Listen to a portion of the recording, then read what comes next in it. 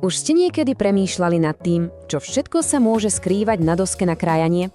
Viete, môže to byť práve tá jedna vec v kuchyni, kde sa ukrýva riziko, o ktorom profesionálni kuchári dávno vedia, no doma ho často tak trochu prehliadame. No a presne takouto otázkou to celé začína. Zuzka, ktorá varí doma, si všimla v jednej profi kuchyni niečo fakt zvláštne. Celú dúhu dosiek na krájanie. Prečo ich majú toľko? Prečo nie len jednu? Hneď si povieme, že to určite nie je len tak, na ozdobu. Takže, tá dúha v kuchyni vôbec nejde o dizajn. Je to vlastne celkom premyslený systém, ktorý má jedinú úlohu – chrániť naše zdravie. Poďme sa spolu pozrieť na to, aké je to veľké profesionálne tajomstvo za týmito farebnými doskami. Ruku na srdce, kto to nepozná. Jedna obľúbená doska, často taká tá stará, drevená, a na nej sa krája úplne, ale úplne všetko. Ráno jablko, na obed surové kura a večer hop, zeleninka do šalátu. Je to úplne bežné, ale práve v tom sa skrýva to neviditeľné nebezpečenstvo. A sme pri tom.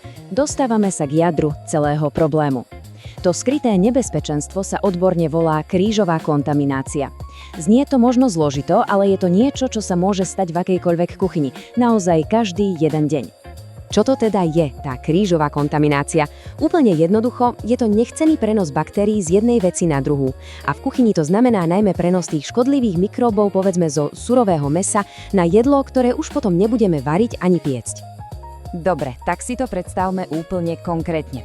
Na doske sa nakrája surové kuračie mäso, ktoré povedme si na rovinu môže obsahovať baktéria ako salmonella. Tieto potvorky okom nevidíme a zostanú pekne schované v rihách a pôroch dosky. No a potom sa na tej istej zdanlivo čistej doske pripraví čerstvý šalát. Výsledok? Všetky tie baktérie sa presunú priamo do jedla, ktoré ide rovno na stôl.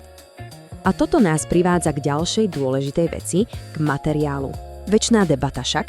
Je lepšia drevená alebo plastová doska? No, v profesionálnom svete je tá odpoveď pomerne jasná. A v tom je ten háčik. Drevo, aj keď ho máme radi, je pôrovité. To znamená, že baktérie sa v jeho štruktúre môžu ľahko zachytiť a je fakt ťažké ho na 100% vydezinfikovať.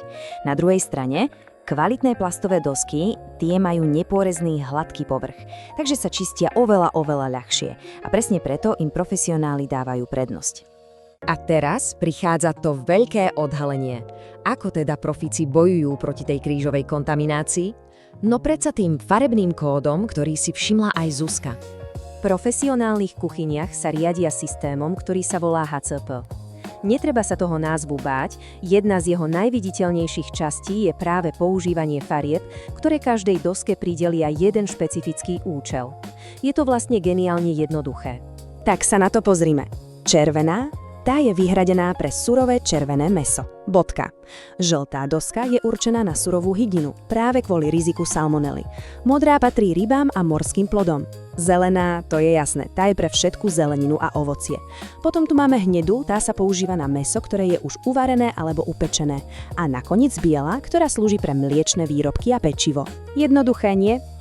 Celý tento systém funguje vlastne ako taký semafor pre kuchyňu. Bezpečne riadi tok surovín a zaisťuje, aby sa cesty surového a hotového jedla nikdy, ale naozaj nikdy neskrížili. Dobre, znie to skvele pre reštauráciu, ale čo s tým doma?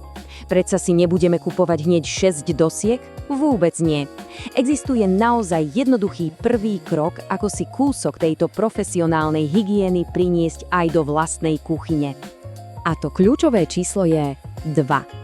Áno, na začiatok úplne stačia 2 dosky na krájanie, aby sa bezpečnosť pri varení dramaticky zvýšila. A tu je to zlaté pravidlo pre domácnosť. Je to úplne prosté.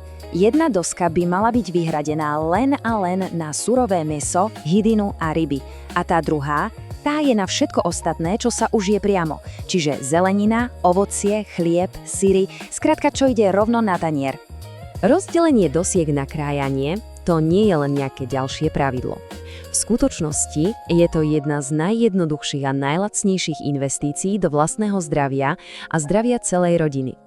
A tak na záver už len malá myšlienka. Skúste sa pozrieť do svojej kuchyne. Koľko dosiek na krájanie tam vlastne máte? A ako ich používate? Možno práve dnes je ten ideálny deň na malú, ale za to veľmi dôležitú zmenu. Ďakujeme, že ste počúvali. Viac receptov a inšpirácie nájdete na našom webe gastromaniak.com. Dovidenia a dobrú chuť.